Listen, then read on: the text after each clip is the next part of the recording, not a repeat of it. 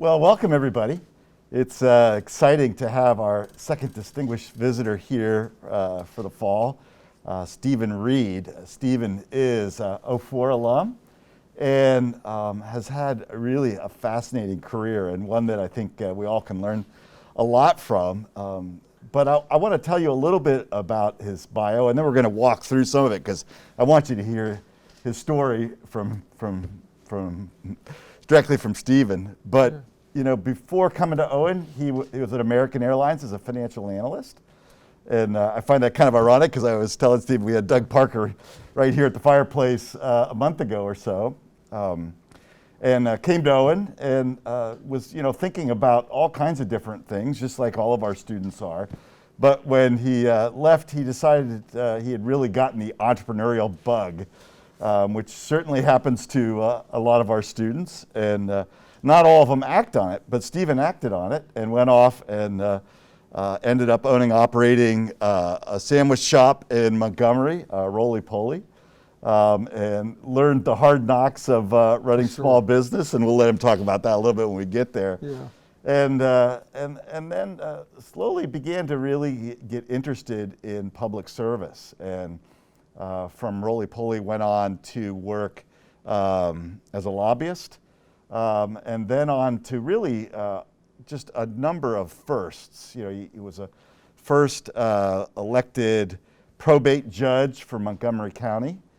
Which is the highest ranking official in the county. Had a lot of impact in that role, particularly around voting access and rolling out electronic voting machines in Montgomery County. And then most recently elected the first African American mayor of Montgomery just last year. Really historic event. I mean, I was traveling at the time. I think I was in New York and saw Stephen's face splashed not just across U.S. media, but worldwide media. I mean, Financial Times, places like that picked that up because it was such a historic event. And one that, of course, he never could have anticipated the kinds of things that he would face in his first year as mayor, like none of us, right? And we'll talk a little bit about that. But like all of our alum, we're just really excited to follow your career, Stephen, to see your success, and to have you here share a little bit of that with us today. So thank you so much for joining us. And well, I said you started at American and then decided post Owen to go off on the entrepreneurial track. What'd you learn from running your own business? Why did you make that choice, and what did you learn from doing it? That case studies do not prepare you for the real world. So you can do all the case studies that you want. It's a lot different when you're out there on your own and you have to make those decisions. But Eric, I want to thank you again for, first for the invitation, and certainly for the thought and being interested in kind of my core since Owen, and highlighting that in our alumni magazine truly was unexpected and truly been an honor. I think that there are many more of my classmates who are probably more deserving, given what they've done in their careers.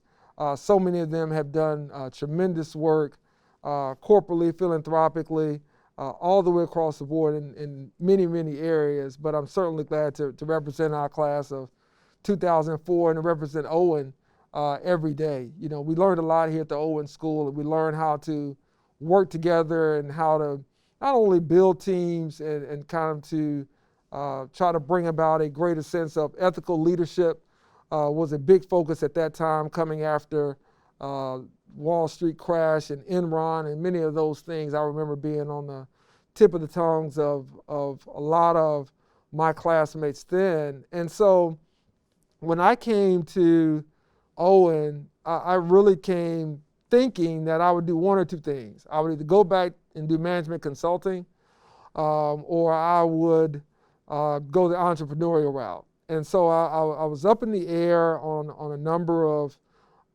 areas and things along those lines, and I'm sure we'll get into some of that.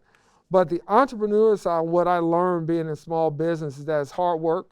I respect small businessmen and women every day, those that have taken on family on businesses and those that have started themselves. It is a grind. It is something very unique than working inside of a corporation where you may have resources and you may have other talented people to kind of help you and also compete with you in some ways. But working in a environment where you're out on your own, regardless of how smart you are. And I had very smart partners. I mean, one's an architect, one's an engineer. I was an MBA, and so we felt like we had it all together. And so when we started, our goal was not just to run one place. It was to start with one, to quickly grow and scale, and then sell, and then to kind of wash, rinse, and repeat and go from there until we could scale up. But as I've shared before to college students and other groups, you have to get to, first base before you get to second and third. And we had a lot of challenges, both in working within the franchise structure that was in place at that time in the management, as well as there were just a lot of things that we didn't know once we got in. And one of the biggest challenges for us was probably access to capital to really scale our business and to grow it the way that we had planned on. And that was a tremendous challenge for us, because when I went in as managing partner, it was really just to get a core sense of how this type of a business is run and how we can be successful. And what I found out was it was a crash course in being, CEO, CFO, COO, all the way down the line, to staff member. But it didn't really matter what we had learned in terms of how we had grown if we couldn't get the access to capital, and if we couldn't make sure that our philosophy and our vision was the same as that with which those that were running the company had. And so one of the things that I'd like to share is, you can do as much homework as you can, but don't be afraid to pivot. And essentially what I did was, after a few years, I pivoted out of that into an itch that I'd had for some time. The itch had come to get into public service a little bit out of frustration, but also inspiration. Certainly at that time, President Obama was running for office, to be the first black president of the United States. But there's also a level of frustration that I had as a business owner with our political leadership and the way government worked. And as much as I tried to do it by joining associations and organizations to try to push things, I just couldn't do it fast enough for me. And when I combined some of that energy with kind of the motivation to maybe create a more positive outcome for other people, I started to take my attention off of just what's in it for me and how much money could I make and how much money could my partners make, but what kind of a difference and what kind of change could I make if I took my experience here at Owen and my experience that I'd had at that time in corporate America into government and into public service. And that's ultimately what led me to start going down that route. So when you ended up at Perry Reed, you were a lobbyist there. Did you already know at that time that you would eventually run for office? No, not at all.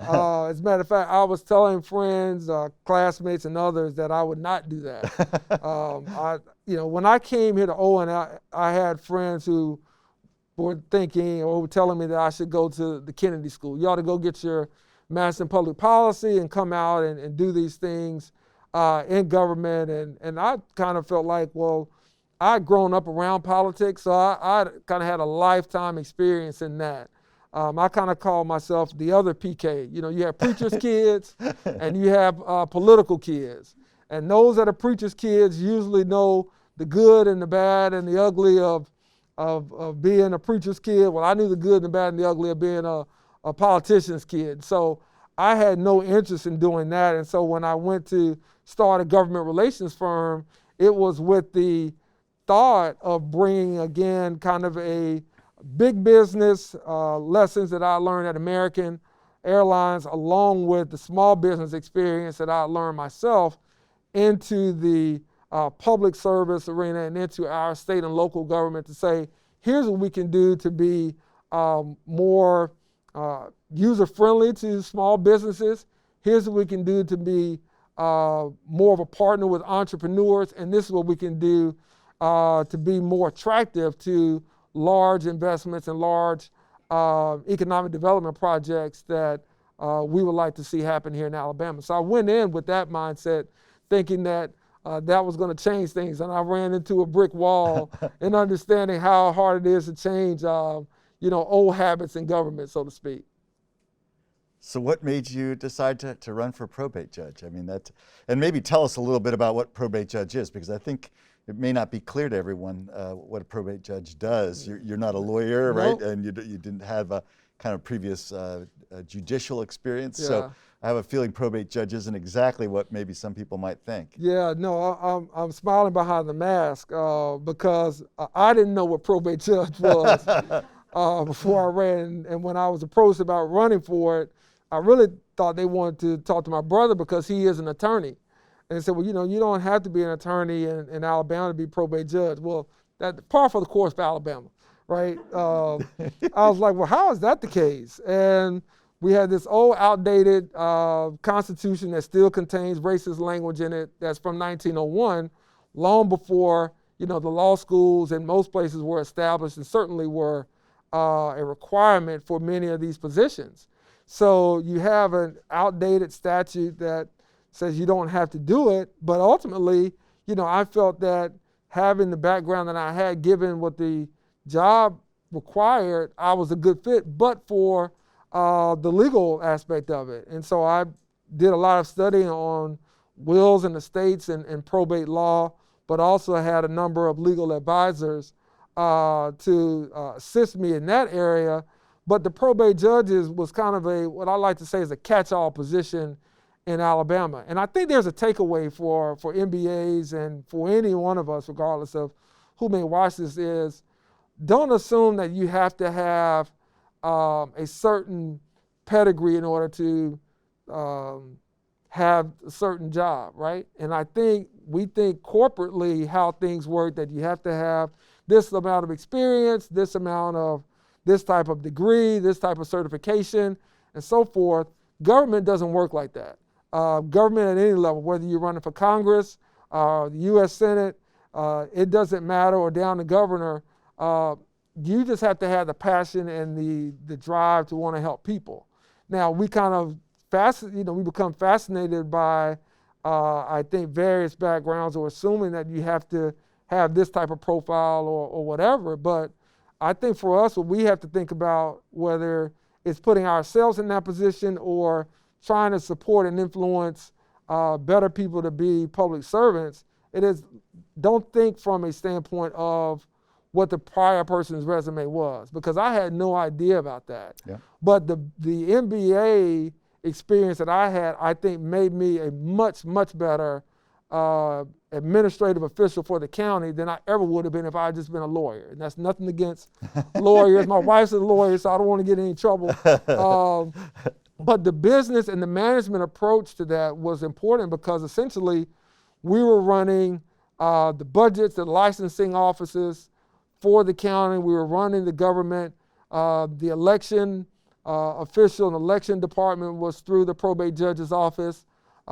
Any license that you could get, business, marriage, hunting, go down the list, came through that office, came through that county office, this little known county office. But also important issues such as people who had to be involuntarily committed to our mental health system came through that office. So it was the mental health court. It was the court that did adoptions and name changes and assessed fees. And previously it probably did not have the analytical approach to it or the innovative mindset that I had, given what my experience was. So we were able to really come in and look at a county governmental office from the standpoint of a business. And that's pretty much how we tried to run it, and that's how we tried to look at our operations, were not from the standpoint of past practices, but what were best practices. And that was very different for a lot of not only employees and staff members, but it was different for our community. And I found that in talking to other friends or colleagues who are in similar positions in government, That's not usually something that's a staple of good leadership in government. Good leadership in government usually is awarded by longevity. And if we think of now, even at the federal level, and you bring it to your state and local level, usually your positions of influence are rewarded by seniority. They're not awarded by production. Well, how long have you been there? So typically, a person views their ability to be impactful by surviving, not thriving, right? So they view it, well, what do I need to do to keep getting reelected? So that means for many of those in office, it is just to keep things safe. Let's not, rock the boat too much on either side.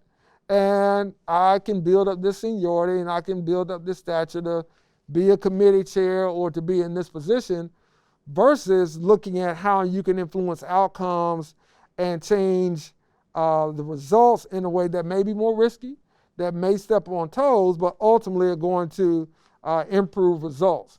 That is more of a business leader's mindset than it is one of a political mindset in my experience. So that that government job or position can be tweaked to whatever the position holder makes it. And what I tried to make probate judge was one that was bold and one that was innovative, whether it was regarding legal issues, operational and administrative issues, or in some cases even election issues as well.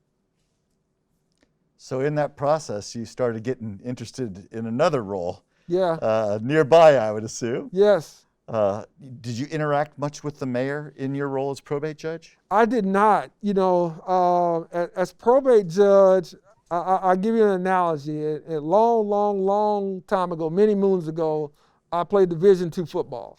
And I wasn't good enough to be on the offensive side of the ball, so they put me on defense. So I lettered as a defensive back. And usually they say, well, people who play defensive back can't catch.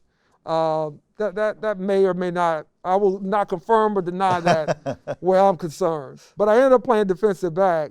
And when you're playing defense, you're reacting to what the offense does more times than not. And as a judge, I could only react to what was brought before me. And as much as I tried to be active, I realized that my reach was only so long to really impact and influence things that I thought needed to be changed.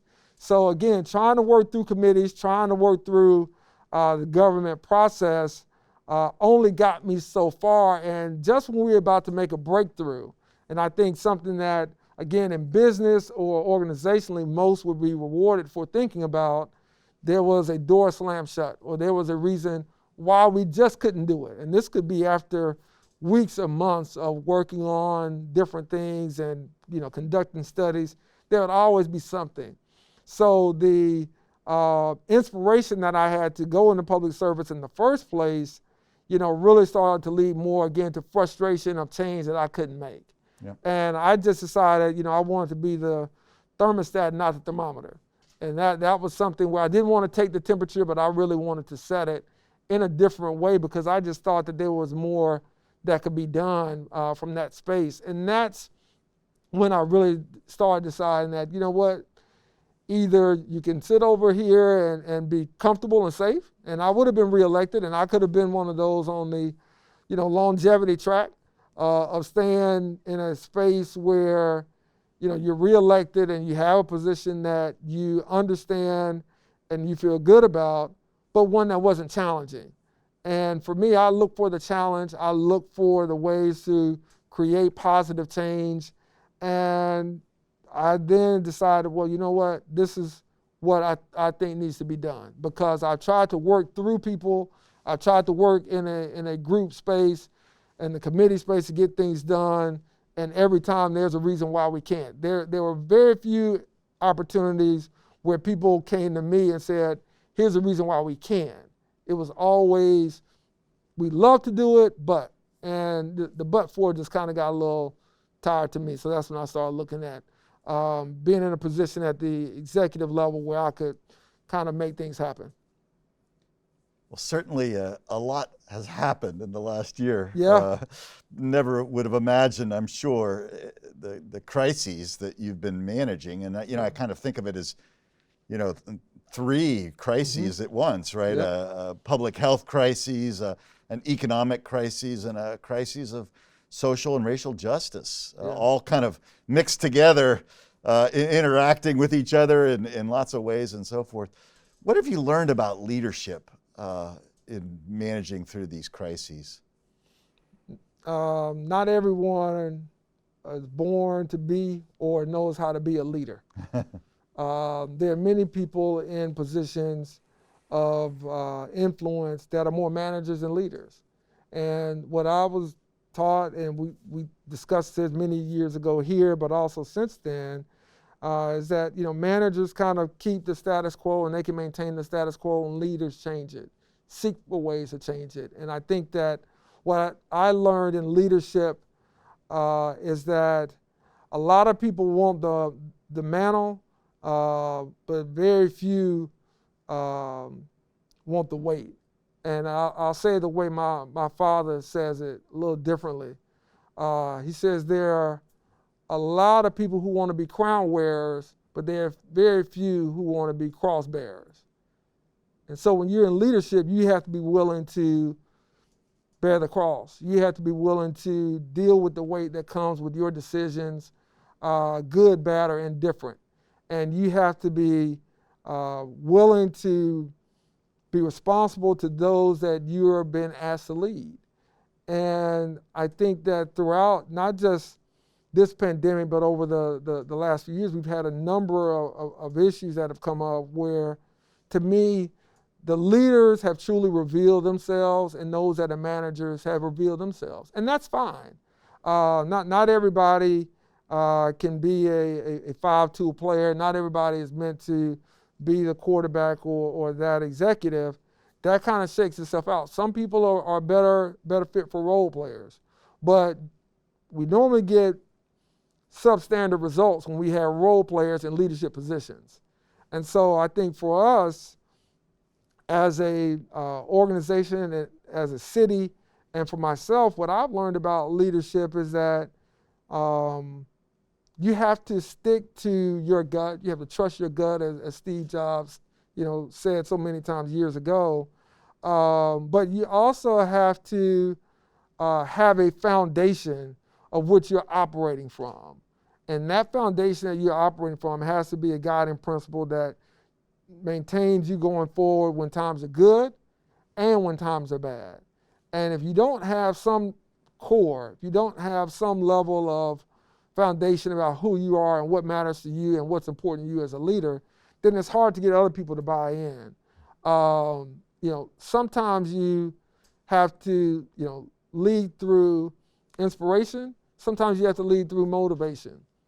And those to me are a little bit different. And so what I've found is that different times have called for a different approach to whatever the problem has been. So whether that has been COVID-19 and the health challenges it has brought about, the economic challenges it has brought about, or whether it has been the civil unrest in this nation due to a variety of things. The George Floyd killing, I think, was kind of just the apex of what had been bubbling underneath the surface in many communities for a long time. And one of the things that I think leaders have done is they've been transparent. They've used the old Stockdale approach, I guess you say. They've been transparent. They've been trusted, and they've been, very certain about what they're saying, why they're saying it, how they're saying it, and what has to happen. And I think that approach still works for leaders today, regardless of your organization or, what it is you may be making a decision about.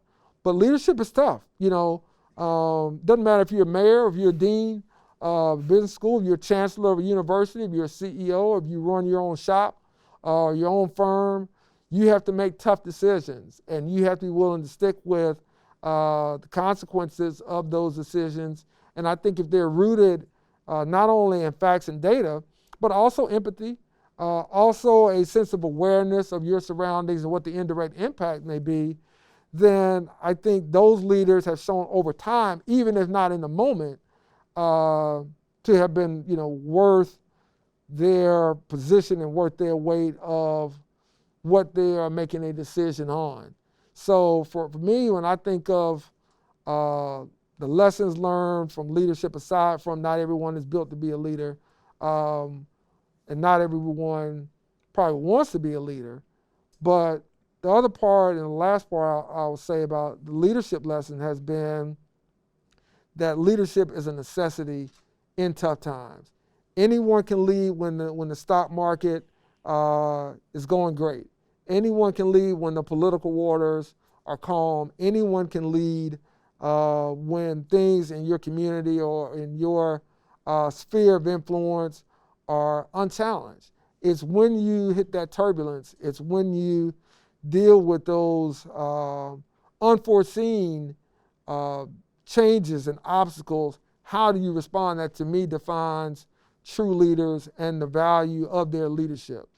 To do it, when everything is going great, that can be for anybody. I think it's during tough times you find, who those leaders are and what they're made of. Well, certainly you and all of us have been, heads down working through this crisis, and of course that absorbs a tremendous amount of our energy. Yeah.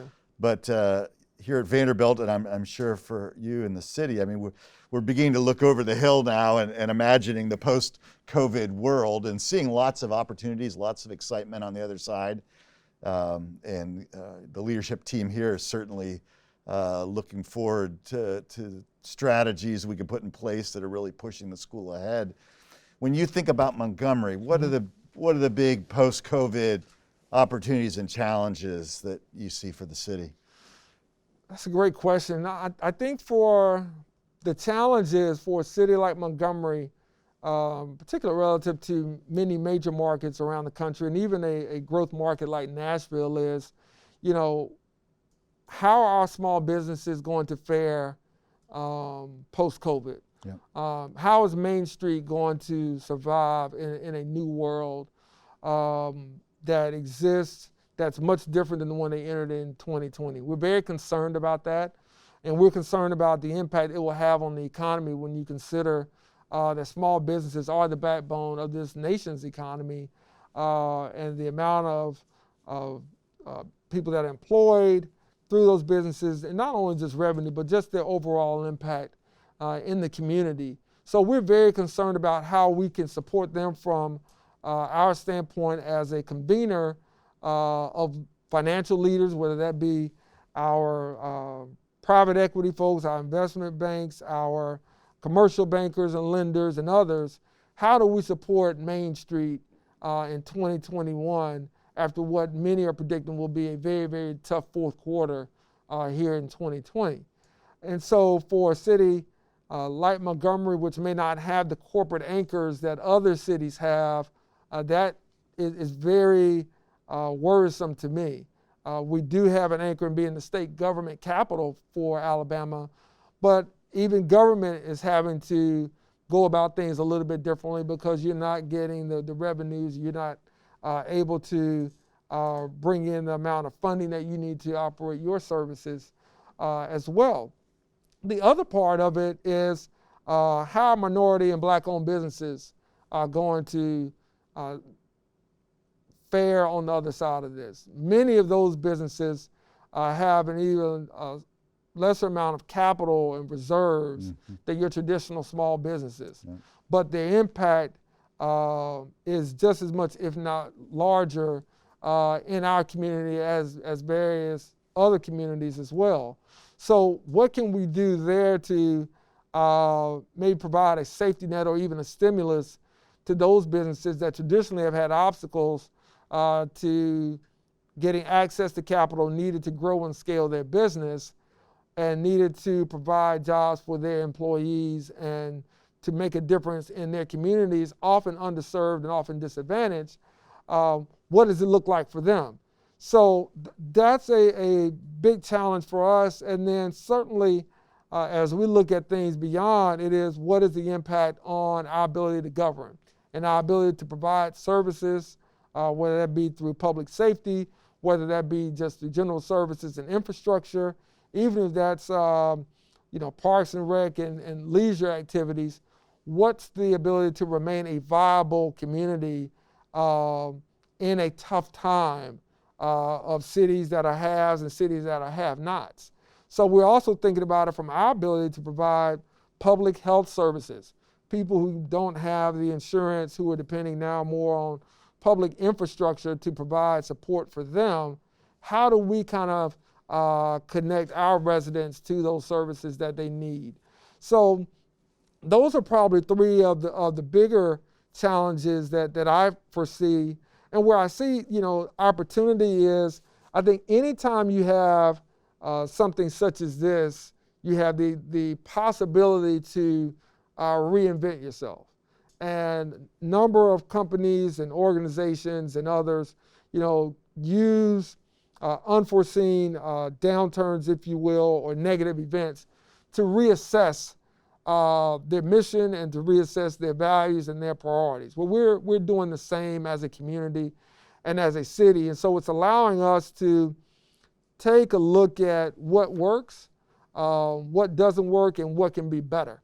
And so as a community, one thing that we realize is that we have a very rich history in a positive movement of this nation.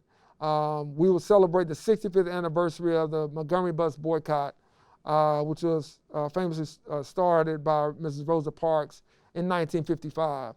So we'll celebrate that in December of this year at a time when most, I think it's fair to say, in our country are at a question of where do we stand regarding race and reconciliation. What does that mean for a university? What does that mean for a corporation? What does that mean for me as a private firm? How do I play a role in that? And so with Montgomery being the birthplace of the civil rights movement, there stands for us an opportunity to be a place where people can come. If it's virtual, great, hopefully more in person once the COVID cloud lifts, to not only view our sites and learn about the history of Montgomery and Alabama, but of the nation.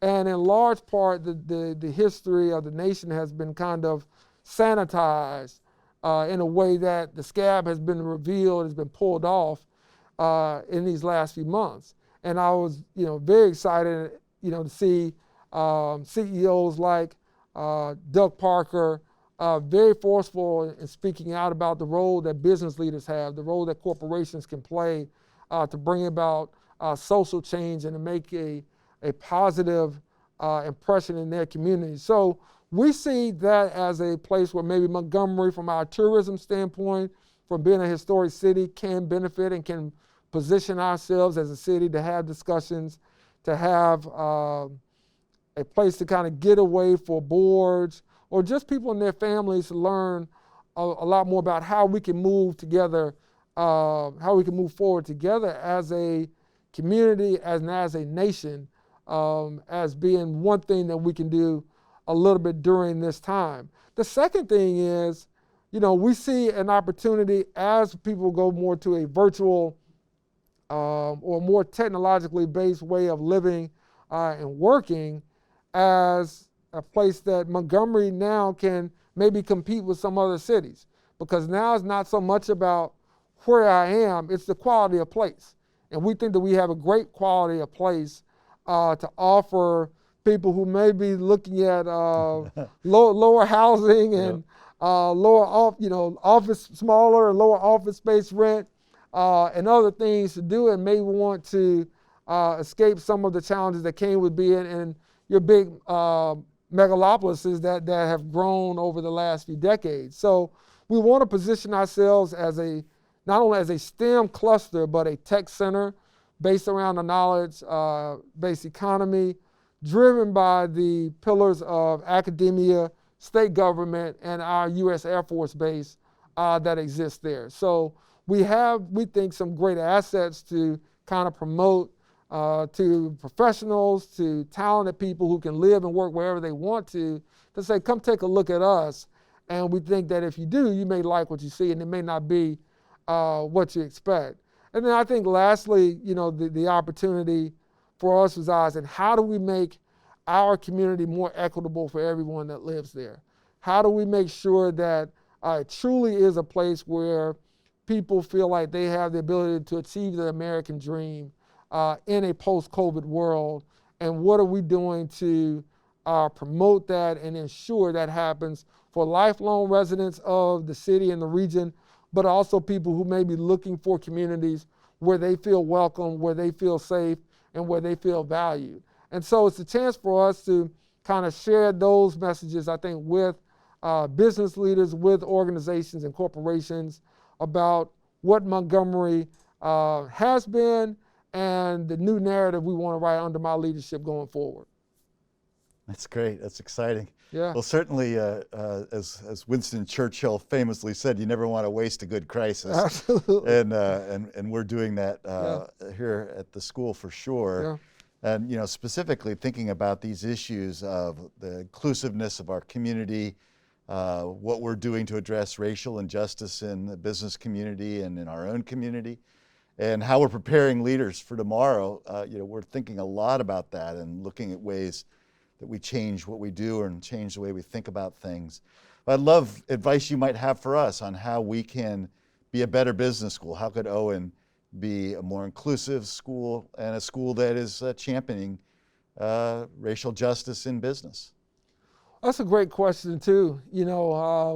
I'm glad you're thinking about that, and I hope other leaders that may view this will also think about it as it relates to them and their organization and their firm, because I think it's a very relevant topic for not only where we are right now, but where we will be as a community and as a nation going forward. I think that we have to make sure that our first, whether we're here at Owen or any other organization, that the actions match the words. And often when we think about things, they sound great in the abstract, but we're reticent to, we pause on whether or not we really want to practice what it is we've said and what it is that sounds great. We have great taglines. And so I think what we have to do is to make sure that here at Owen, we're practicing exactly what we say we are and who we are. And that means really taking a level of analysis to what's working and what's not. When I think about my own entrance to Owen, Dr. John Maupin, who was then the president of Meharry Medical College, was very instrumental in me coming. I wanted to go to Fuqua. I wanted to go to Duke. I had friends and classmates that had gone there. Good mentor and now a brother-like figure of mine had gone there. So I was really high about that. I didn't know a lot about Owen. So part of it was just not knowing a lot about the school. But Fuqua and Darden and others have been doing tremendous outreach long before I even applied to business school to those that were considering MBAs through HBCUs, through Black student unions at various colleges. And I think just had done a good job in kind of building those relationships and strengthening that pipeline. And so when I didn't get into Fuqua, I was going to wait and just apply for another year. And at that time, again, Dr. Maupin was a mentor of mine. Maybe I'll take a look at Vanderbilt and coming here. I'd never been to Nashville outside of going to Opryland way back when growing up, right? Being from Alabama, we had done that and a couple of other things. But I wasn't familiar with the school itself. So I think one thing is letting people know that you want them there, is what I'm getting to. Other universities had done that, whether it was through the consortium or whether it was through their own approach, a much better job of doing that. I think what Owen has to make sure right now is that we're doing that across the board with underrepresented groups that are applying to business schools, explaining the value of an MBA, but also explaining what their diversity and their inclusion will mean to us, because I think it makes our alums better leaders.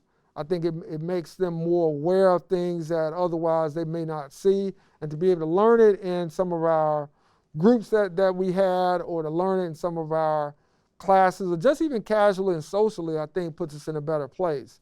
But I think Owen also has to go a step further and make sure that we're not just keeping up, but maybe that we're the leader in this space. And I think what you did in asking the class to read the book by Dr. Kendi about how to be an anti-racist, I mean, that's thought-provoking. That is risk-taking. There's no other way around that, and that is great, because I'm sure that book made a lot of people feel uncomfortable. It made me feel uncomfortable. It really did. So when you're challenging students to think way outside the proverbial box than they otherwise would, from the leadership books that we're taught to read, the books about how to lean in, and all these other business-minded and leadership-minded books, that's different. So I think that's great, and I think what Owen can continue to do is to build the relationships, build the pipelines, not only with future students, but also alumni, to get feedback with our business partners that come to recruit here, and to make sure that they are doing everything they can to take into account the various students that we have, the various talent that we have here, and to push that even further with the backing of the university. And I think that can make a tremendous difference. There's no question that right now, in my mind, we're at an inflection point in this nation. And the question that will have to be answered, and academia plays a role in it, but corporate leadership plays a role in it, I think even more so, is what does that next chapter in this nation's history look like? Do we really get to a place where we're talking about equitable outcomes, or are we still caught in the sense of it's either or? And I think too often we forget the genius of the and it can be both and. You can have both things at the same time. But I think often we get into an either or. Well, if we talk too much about diversity and inclusion, then we lose out on X. Versus the opportunity that we have by not only talking about it, but making sure that our actions and our organization and our practices show it, that we truly value and that we truly mean it, and what that means for leaders, because I think it puts those leaders in a better space to understand not only where we are right now, but where this nation is, and where the workforce is, and where the global economy is going in the future. And you mentioned something earlier that I want to touch on. You mentioned the worldwide interest that we got from winning a mayor's election, right? Mm-hmm. So winning a mayor's election, I would have never thought in 100 years that we would have done as many interviews with European outlets and media outlets, and even as far away as South America and Asia. And what it told me was that there's still a question from our international counterparts and friends about not only how we deal with race in America, but how they can deal with race in their own countries as well. And some of the questions were very, very fascinating to me at the time. And I didn't take all the interview requests I got. So it tells me that it's a complex problem that a lot of people are still wrestling with. So we're not the only ones, and we shouldn't expect that it has to be perfect. What we should expect is that we have to take action. And what we have been doing, both as policymakers and as business and organizational leaders, has not been enough to address the chasm that exists too often in many of our communities, even including right here in Nashville and the city that I represent and lead in Montgomery, Alabama as well. Awesome. Well, thank you, Stephen. Well, I want to turn to the audience here and let them ask a few questions. We got some in the room and, of course, some out on Zoom. But anyone want to start with a question for Stephen? Yeah. Thank you for being here, first of all. My name is Reed Gazelle. Thank you. I was interested about what you said about kind of the sanitization of the civil rights movement and Montgomery's role in it. there's a movement among mayors in the South considering new tactics such as the universal basic income. Yeah. And I was just wondering kind of where you stand on that and what you think about the fact that kind of 5 of your sister cities are at least experimenting with the idea. Yeah, I think it's fantastic, and it goes even as far away as the Rust Belt. Even Pittsburgh mayor. And maybe repeat a little bit of the question. Oh, I'm sorry. Sure. For the Zoom audience. Sure. So the question was about Montgomery and how it's playing out in some of issues like universal income and so forth. Yeah, I think that a lot of policymakers are asking whether or not is what we're doing enough. And I think what we've seen from protests, and if you dig down deep into those protests, it's far beyond just police and community interaction. It's the economic divide, it's the educational divide, it's access to health care, it's a number of things. And what people see that I think is exacerbating some of the problem is that policymakers aren't taking large enough risks. So what you had recently has been those who propose maybe a guaranteed basic income. And a lot of mayors have signed on to that, and it's something I'm looking into and just trying to research more. I'm just not as far along in being my familiarity with it as some of my other colleagues, but all of whom I respect. They come from different parts of the country with different life experiences. So there's a diversity of thought of why it's needed. But what I think it ultimately says is that there's a belief that the federal government will not do enough to meet people where they need to be met in terms of a minimum wage, and that the private sector views its charity as being equated to chances. And what I share with, whether it be business leaders in the state of Alabama or those nationally that I've had the opportunity to speak with, is Dr. Martin Luther King said a long time ago that charity for some is not the same as a chance for others. And so we should never confuse the two. And so, what you do in your community and to give back is fantastic. But when you look at the sheer wealth and the valuation of companies such as Amazon, one of the things I was going to ask here when myself and one of my classmates back to Andrew Honeybone were here, when we talked about Amazon in 02 and 03, it was as an online bookseller, right? If I said Amazon, I think most people from our day would have said online books. And that was a threat to Barnes & Nobles, which was then kind of a hot Starbucks type of brand and everything else. And Amazon was the threat in our case studies and everything else. Now, when I ask my kids what is Amazon, it's standalone. It is Amazon, it's everything. And just to, picture that, I don't know if anybody knew that in our class. I don't know if they bought stock. Maybe Andrew did or somebody. But I wasn't smart enough back then to see what Amazon has become. And so I bring that up to say that when you look at, like him or not, regardless of what side of the political pendulum you stand, when you reside, what Bernie Sanders has elevated in the last few years has been something no other candidate, regardless of party, has been able to communicate in such a basic way that resonates with young people that I know who come from a lot of backgrounds. I mean, a lot of different backgrounds.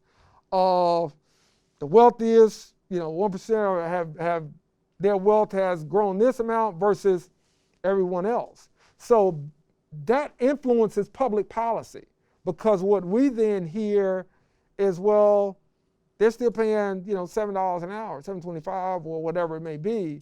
And really, when the data shows that in 2020, you have a family the average American family needs X amount of dollars. So there are conversations that are, I think, coming to bear because both policymakers and corporate leaders have not done enough through this, surge of, seeing the stock market 20,000 points. I mean, that's just amazing to even consider. But yet you see income stagnation still being where it is. So that has certainly forced us, not only as mayors in the South, to look at ways to do things differently. I think it's forcing mayors across the country to look at how can we provide a quality of place so that those that are smart and talented enough don't just go to 8 to 10 cities. How do the rest of the cities kind of create a space that attracts MBAs and PhDs and smart people and hardworking people who want to help our communities and our economies survive? So I hope that answers your question. That's good. Yeah. Hi. Samantha Sanders, and my question is, in dealing with the current wrestling we're doing with race and reconciliation, what characteristics do we as leaders need to strengthen in order to help guide that direction and conversation? Great question. So Yeah. get the question. Thank Yeah, you. so the Yeah. question is, how should leaders be thinking about guiding this discussion around race and reconciliation? I would say that most leaders should take a page from Brian Stevenson, who is the founder of the Equal Justice Initiative, which is based in Montgomery, Alabama. Has been working on the wrongful incarceration of individuals for 30 years in his work, and either listen to his TED Talk or read his book and so forth. Number one, just as a backdrop. Number two, I would say out of that, and my conversations with him as being, I think, probably one of the foremost leaders in this space, is that we have to be very, very honest and unabashedly truthful and intentional about what our outcomes are and what the pathway has been and what it needs to be. And as leaders, I think we look for the least amount of resistance to get the desired outcome. And that's not going to help move this conversation forward, whether it be organizationally, or whether it be politically, or any way in the abstract that I can think about. If we are not honest and truthful about race and the challenge it has been in this nation since its inception, then we have a very little chance of moving our corporations and organizations and our communities further along. We have to talk about the inequalities that exist, why they exist, how they started, and that's why the history of being very truthful about that is very important, because most people don't know the truth. As I was just saying earlier, it's been sanitized, and I'll give you, for instance, we just celebrated for the first time in Montgomery's history Indigenous Peoples Day. And I have questions, people saying, well, why are you doing that? And what does all this mean? And, all this other stuff. And one example I gave, and it was a supporter, and they kind of thought that was too controversial, right? So why was I getting involved in that space? And I just said, well, let's talk about the Trail of Tears. We're taught about it as a Trail of Tears. I said, what would we call it now? Would we call it a genocide? I said, what would we call the Trail of Tears now? And I said, we have to think about the history and the way that we have romanticized a lot of things in this country that have led to where we are right now. And so when we think about talking about race within our organization as leaders, I think the more transparent, the more truthful, and the more honest we can be, the better results we will get. And you have to give people the space to say, hey, that's not me, or that's not what I meant, or that's not what I'm trying to do. And you have to give other people the space to say, but this is how it can be perceived, and this is how it's taken. So now, okay, I've heard this side and that side, and there may be one in the middle. Now, how do we kind of work to move forward?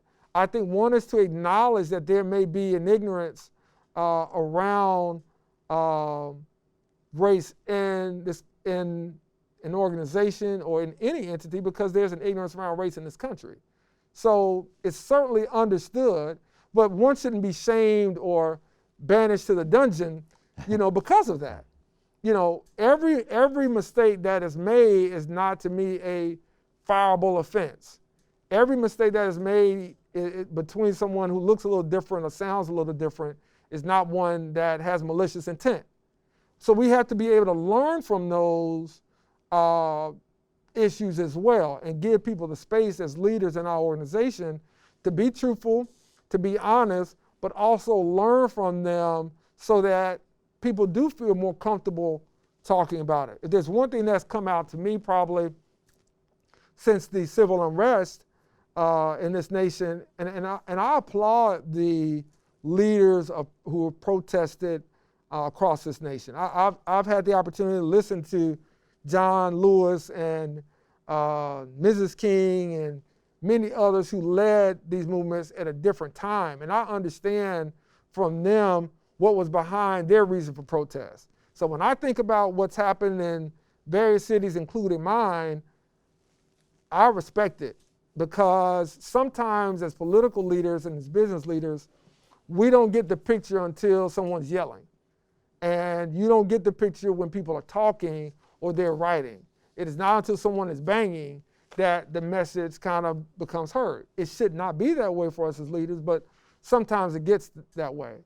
So I think to summarize my point, as leaders in this time around race and reconciliation, we have to make sure that we're allowing people the space to learn, allowing people the space to express themselves and their experiences, and then chart out ways that we can improve, just as we're trying to do here at Owen and as we're trying to do in my community in Montgomery, so that we can be a better community for everyone moving forward. Without that, then we will remain divided, and that will increase the stagnation of what we can really do together. And I think that's the takeaway for all of us as leaders, is to embrace the uncomfortable, is to embrace the unknown, and let's be willing to try to make some progress out of that. Understand that progress is never perfect. Understand that progress is never perfect, but progress is movement. Doesn't mean you don't take a step back, doesn't mean you don't take a step to the side and get knocked down, but progress is moving forward. And I think if we can accept that and kind of wrap our minds around it, then we'll be better as leaders in our organizations and those that we represent and those who we are held responsible for will be in a better place as well. That's great. I think we have time for maybe one more short question. Do we have one from Zoom? Yeah, we have one from Zoom. So this is from Tim Tam, second year. As an Asian American, I recognize that I indirectly benefit from the advances made by the actions and sacrifices of Black leaders and ordinary citizens in the civil rights movement. At a time when we've seen renewed threats to what we assume was established law and the Voting Rights Act and marriage equality, how can we as follow-on generations honor those sacrifices? Oh, great. Be a supporter, be an ally. The civil rights movement was not an all-Black movement. It was made up of people, as have all movements, the abolitionist movement and others, but made up of people of various backgrounds with a common belief that this country could be better than what it was at that time. And so when we think about things that have happened, it's always been with outsiders, if you will, like allies who didn't look or sound like maybe the majority of the group. And one of the things that I think that he can do and all of us can do is to use our talent and our treasures to support some of those initiatives that will bring us closer together and that will kind of close the gap, so to speak, in some of these spaces. Now, for some, that may be supporting an organization, that may be a cause. For others, that may be, I'm going to be intentional about how we look at things as a business leader in terms of my recruitment and my retention of talent, but also my resources. Who do I do business with? Who's in my supply chain? Who am I counseling, to maybe help them grow their business? But from the overall social justice impact, I think all of the people that are leading right now and all the leaders who are bringing about change are just looking for allies. I really don't think it matters what language you speak. I don't think it matters what your religion is. I think what's at stake right now is the cause and the mission.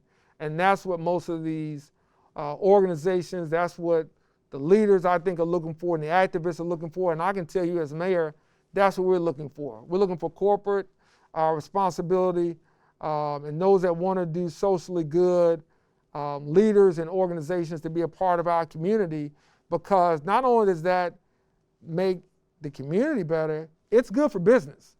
It's good for business, and it's good for our quality of place. And so I think, there are a number of ways to help and assist, but by no means should anyone feel, that they're not a part of, they can't be a part of progress because of any superficial difference that we may have. I think the cause is much more important than that, and it always has been. And whether you know the history or not, the present history calls for all of us to be involved, and calls for those that recognize it, as Tim may, and those that may not recognize it, to be open to a partnership and being an ally of bringing about a better America, I think, and again, to quote Dr. King, a more beloved community.